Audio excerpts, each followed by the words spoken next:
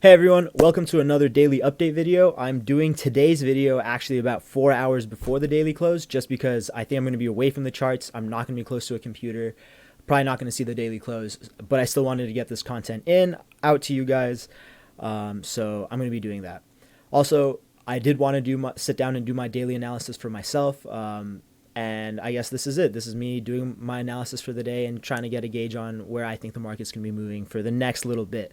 Having said that, since I am doing my analysis 4 hours before the close, none of this should be taken into account for the near future as markets seem to become a little bit more volatile towards the end of the day as bulls and bears are trying to get the market in their favor so they can pull some of that market sentiment from the general trading public and gain some hype in either direction. Having said that, also my analysis is going to be focused on more of a medium time frame today, which for me probably means the next, I want to say week, about week. This could go anywhere from the weekend, so the next 2 days to the next 5 days. So that's a pretty big time frame, but that's what this content is going to be covering. Also, I'm going to be introducing a little bit of new theory today, which is going to be called Elliott wave theory.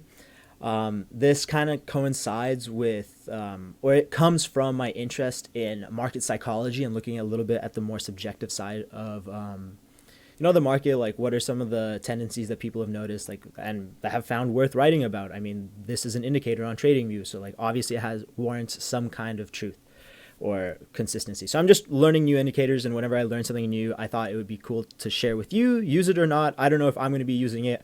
I'm still learning about it too. I'm just presenting it. So maybe if this sounds like something you're interested in, you can look into it as well. So if you really want to look into Elliott wave theory a little bit more, I recommend this article on Stock Charts. You can just look up Introduction to Elliott wave theory and it should come right up. And without getting too much into it, the way that it works is the market works in cycles. There's a varying degree of cycles. And when I was looking into it and trying to apply it to our recent uptrend here, I found an interesting setup which could potentially be viable. Having said that, there's also some counter arguments that can be made to this setup that I currently have that I might address. So if you know more about Elliott wave theory, like, please let me know in the comments. I'm learning this as well, so let me know what you think. Read about it. Also, let me know.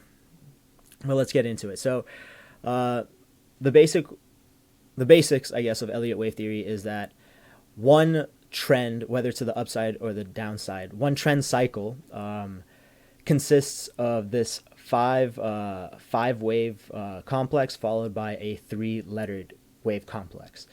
The 5 numbered wave complex is usually indicative of the uptrend or the downtrend, and then the letters is the retracement or the price correction that comes after. So for our case, in the most recent upside action that we've had here, it makes sense because we've had, I mean, you can draw it up and make it look relatively nice. Like, it follows all the rules. Like, the third wave is way bigger than the first wave. It is the biggest wave in the sequence, which is usually the case, or is a big checkbox for that. Our fourth wave comes close and just almost touches the first wave, so it doesn't break into it or take up any of it, which is also part like one of the checklists or like the hallmarks of it. And then this is kind of where obviously we're coming into a little bit of contention now, because if this was in fact the 5th wave, and then this little price correction that we had was the first wave of the retracement, we technically, our second B pump here should be either up to the same level as the peak of the 5th wave. So it technically shouldn't really be going above, but including the analysis that I was talking about in yesterday's daily update video here on the 2 daily time frame, which is post death cross, this tendency for the market to kind of consolidate around the 21 moving average, and then sometimes come up, test here the 50, consolidate maybe around here, and then dump out. It's viable in both ways, and this is what I'll mean. So as you can see, the 50 is actually lining up very nicely with this Fibonacci level that we have here, which isn't technically the strongest Fibonacci level, but it is a cause of caution, or a cause of, idea of where the market could bounce off of. And it lines up very nice here with the 50. So this could in fact be the B wave coming up here. And then the guideline for the last wave of the retracement is that it should be coming below the peak of the A wave, so which is right around here. It should be coming below that, so it should surpass it, and that would line up nicely actually, and it should usually line up kind of with the peak of the fourth, or be close into that area, which is actually lines up very nicely with this 0.618 Fibonacci level that we have, which is known as the golden ratio. The story behind this is actually pretty crazy. So if you have a lot of time on your hands this Corona season and you want to learn some random facts, look up the 618 Fibonacci level. This ratio shows up everywhere, like in DNA. It's crazy. Look into it. It's fun. So that would that would cause us to come down here to the 618 level, which is around the 6K region, which is at least a minimum of that's a pretty safe bet, I would say, for my medium to higher time frame. I generally do think the market is going to be testing some lower lows before we continue up and are able to break past this slope, or like the slump that we've had due to the Corona, especially with Corona further Corona like stimulus packages coming in, but also with the rising levels of unemployment. I think there's a lot more intricacies happening that are just kind of accumulating and haven't really shown their dark faces yet. So yeah, what I was saying, this works in both scenarios, because if this is the B wave, then you would expect a retracement. But if this is a continuation of the fifth wave, I would also, by the same token, expect it to peak somewhere around here, just because of those resistance levels that we have. And following the peak of the fifth, you would expect a retracement. And even then, if we're only going down to the next Fibonacci level, or testing some of these other supports, the volume supports, we're going to be coming back down to this region. So either way, I think we will be coming up to test this AK region. Although I am leaning bearish here on the higher time frames, or the medium time frames, I guess. So over the next week or something like that, I do expect a volatile move, preferably to the downside. I think it's going to go to the downside, but we'll see. It's open to interpretation, and we know Bitcoin is crazy. Anything can happen. All right, moving on. This is my higher time frame analysis. Maybe I'll leave this for another video, using the 10 and 21 moving averages. That's a different trading strategy that I picked up from one of my favorite crypto YouTubers who's taught me a lot. His name's Crown. His YouTube channel is Crown's Crypto Cave. Go check out some of his playlists on indicators and stuff like that, especially if you're new to technical analysis. I think it gives you a good intro to that. Okay, but moving on, back to these charts that we were looking at yesterday, which are my main trading charts. On the 2 daily, nothing too interesting. I mean, we're only halfway through the 2 daily, so anything can happen in the next day. But most notably, we are still below that 55 EMA here. That's denoted by that pink dotted line. So on other time frames, just be mindful that that pink dotted line is that 55 EMA. That's what it's meant to represent. But let's go on down to the daily here. Daily. So this is more interesting, for our situation here, because the daily is closing in 3.5 hours. We are testing that, what is this? I think it's the 100. Yeah, the 100 EMA. We are testing the 100 EMA here.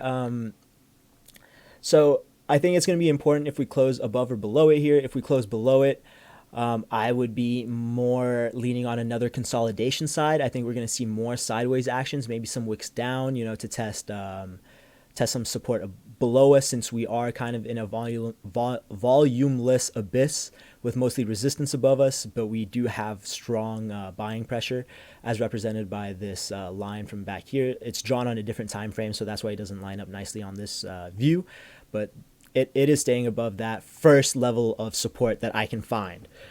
So as long as we're staying above there and closing candles above there, I think, and by the same token, closing below this 100 EMA, I do think we're going to be in for more consolidation or sideways action.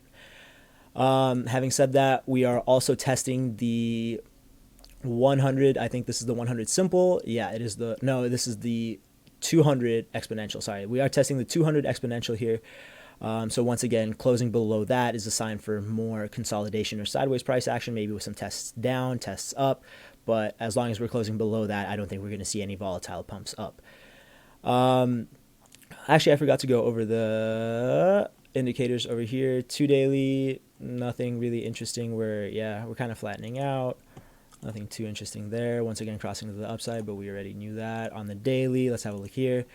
We are approaching that top Bollinger Band. So once again, I want to say limited momentum to the upside. That's the way I like to read this, is like once we approach here, I expect more consolidation, sideways action until the Bolly band is able to move up a little bit more.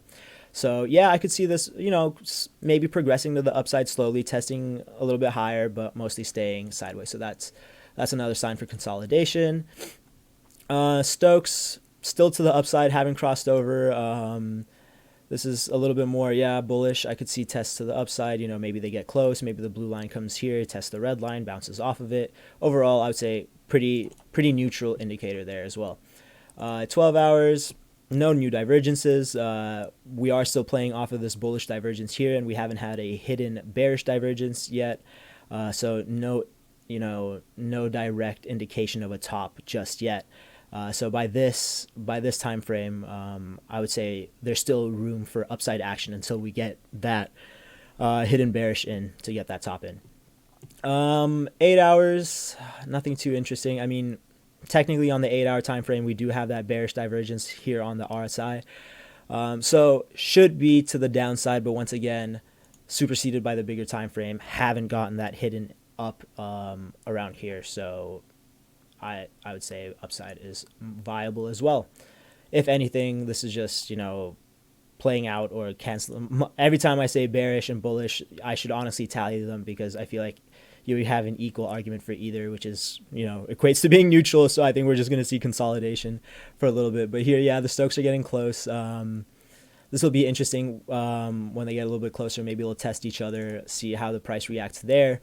That will be an important time frame, so I will be watching that. The 4-hour, my favorite time frame, but once again, not much to say. This is just, going to consolidate sideways, I think, until some of our moving average support catches up. So sideways actions until some of these moving averages get a little bit closer, then that's when things will get a little bit more interesting, I think. We might see tests of, obviously, the 21. As long as we stay above that, I am technically short-term bullish. So I definitely think that could maybe push us up along with this rising support level that we have here to test some of this upside movement here around the 8K, which once again coincides with the test around here of exactly 8K, that 55 EMA and that fib level. So this is looking more and more like we might be going to the upside. The one cause for concern is on the 4-hourly, we did put in a bearish divergence here. So I did play off of this bearish divergence yesterday to scalp a short, which I'll be discussing when we get to the hourly, because it was a successful trade. And by that token, it's still technically in play until we see that hidden bullish divergence to indicate a bottom. So that's interesting. We are technically on the downside on the Stokes here, but I could definitely see this trying to come up and create a double top. You see that action a little bit here when you get that shallow movement down. Usually likes to cross back up, but we'll see. Definitely not, not a strong, not a lot of momentum. There's not a big slope. It's steady momentum, and with steady momentum, the chance of going up is a lot greater than when you have something steep like this happening. Let's have a look. 2 hours, not much. We're coming up to test. Yeah, we have put in a couple hidden bullish divergences here. Looks like we're coming up to test the EMA there. That could reject us back down, I think. So maybe immediately in the next little time frame, we have been pumping a little bit. So I could see a little bit of a test action downwards. Maybe test this yellow critical level here. As you can see, most of the consolidation has been happening in between these two critical yellow bands, which I defined in yesterday's video. They are two of the critical fib levels. So that's interesting. That would have been good for some intraday trading or just some scalping. So I will be keeping an eye on that. That is a theory that I'm going to keep on coming back to. I can even show you the fib level here. I think I have, right here. So as you can see, those two critical levels are between the 0.382 and the 0.236 off of literally this most recent pump up that we've had. So I find it interesting that falls between those two levels. Maybe this is just new to me, but this drawing fib levels on the lower time frames is something that I'm going to try and start doing a little bit more of, just to see if I can build any, a tool out of that, because that seems more than a coincidence. But just an interesting thought that I'm having that I think is worth sharing, that I would also maybe recommend doing. The fib levels exist for for a reason. I love using them on the higher time frames. Haven't really used them on the lower time frames, so it's interesting just integrating them there and seeing them kind of work. So maybe that's something to keep note of as well. So let's go down to the hourly. Let's have a look. Let's zoom out a little bit. Yeah. So as you can see, it's just been beautiful taps at either of these. Yeah, almost a little bit of contention there, but it's been looking good. But as I went over yesterday's trade, I was in a trade yesterday, so to keep you updated on that, my entry was around this pink dotted line at the top of my entry zone, and I did say I was targeting the 74 region, so I did set my take profit here at this pink line, which it tapped beautifully, and that was actually pretty successful, so I was pretty lucky. Got a little bit concerned when we tapped this rising support also beautifully. I can't believe that worked out.